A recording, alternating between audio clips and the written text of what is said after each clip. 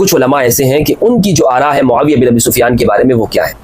جب آپ کو علماء اہل سنت والجماعت کی آراء معلوم ہو جائیں گی، اور یہ آراء میں آپ کو ان کتابوں سے بتاؤں گا کہ جو اتھینٹک درجے کی ہیں، مستند ہیں، تو آپ کو یہ بات حقیقت روز روشن کی طرح معلوم ہوگی کہ اہل سنت کے جو علماء کرام ہیں، مستند علماء، وہ معاویہ بن ابی سفیان کے بارے میں جو رائے رکھتے تھے وہ رائے وہی ہے کہ جو آج ایک محب اہل البیت رکھتا ہے اور وہ اس کو بیان کرتا ہے.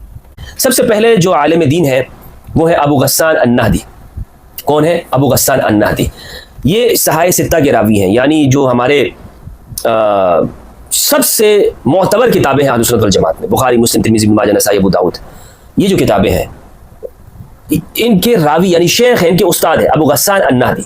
شمس الدین الذہبی رحمہ اللہ، سیر اعلام النبلاء والے، تذکرۃ الحفاظ والے، تاریخ الاسلام والے، انہوں نے اپنی کتاب سیر اعلام النبلاء جلد 10 صفحہ 432 میں ان کے احوال زندگی لکھے. اچھا، سیر اعلام النبلاء کا مطلب ہوتا ہے کہ اس امت کے اندر جو چوٹی کے علماء ہیں نا، ان کی بایوگرافی کے اوپر یہ کتاب ہے، اور یہ شمس الدین الذہبی کا بہت بڑا علمی کارنامہ ہے. تو اس میں یہ لکھتے ہیں حدثنا الحسین الغازی قال سألت البخاری عن ابی غسان، کہ میں نے بخاری رحمہ اللہ سے ابی غسان کے بارے میں پوچھا.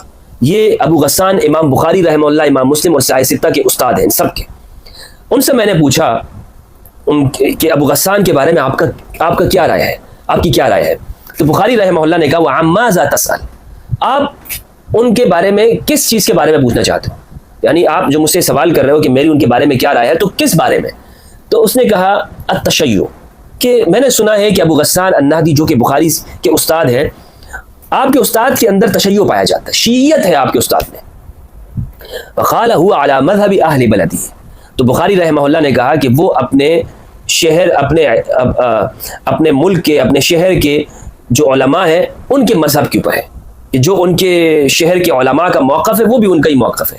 وَلَوْ رَأَيْتُمْ عُبَيْدَ اللَّهِ بْنِ مُوسَىٰ، اگر تم عبید اللہ بن موسیٰ کو دیکھ لیتے، وَأَبَا نُعَيْم، اور ابو نعیم کو دیکھتے، وَجَمَاعَةَ مَشَائِخِنَا الْكُوفِيِّينَ، اور ہمارے کوفی اساتذہ کو تم پا لیتے، لَمَا سَأَلْتُمُونَ عَنْ أَبِي غسان، تو تم ہم سے ابو غسان النہدی کے بارے میں سوال نہ کرتے.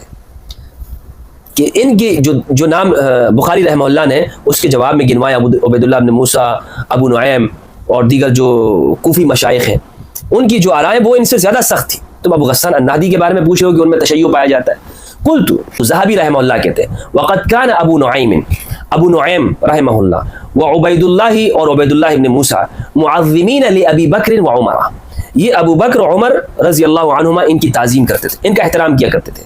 وانما ینالان من معاویہ وذویہ، لیکن یہ دونوں یعنی عبید اللہ بن موسیٰ اور ابو نعیم یہ دونوں معاویہ بن ابی سفیان کے بارے میں اچھی رائے نہیں رکھتے تھے. نال ینالو، نیلن کا معنی ہوتا ہے کسی کے اوپر تنقید کرنا، کسی کو برا بولنا. تو ان دونوں کی جو آراء تھی یہ معاویہ بن ابی سفیان کے بارے میں ٹھیک نہیں تھی، اور یہ دونوں کون ہیں؟ بخاری کے استاد ہیں. دوسرا جو نام ہے عبید اللہ بن موسیٰ، عبید اللہ بن موسیٰ رحمہ اللہ یہ بخاری کے مشائخ میں سے ہیں، اساتذہ میں سے، میں نے آپ کو بتا دیا. ان کی یہ تو اتنے سخت ہے کہ یہ اپنے گھر میں اس شخص کو نہیں چھوڑا کرتے تھے کہ جس کا نام معاویہ ہوتا تھا. اگر کوئی بندہ ان سے حدیث کا علم حاصل کرنے آ جاتا کہ حضرت مجھے آپ کوئی حدیث سنا دیں، میں آپ کی شاگردگی اختیار کرنا چاہتا ہوں، تو یہ اس سے نام پوچھا کرتے تھے، بتا بھائی تیرا نام کیا ہے؟ تو اگر وہ کہتا کہ بھائی میرا نام معاویہ ہے، تو یہ کہتے تھے کہ یہاں سے اٹھ کے چلے جاؤ.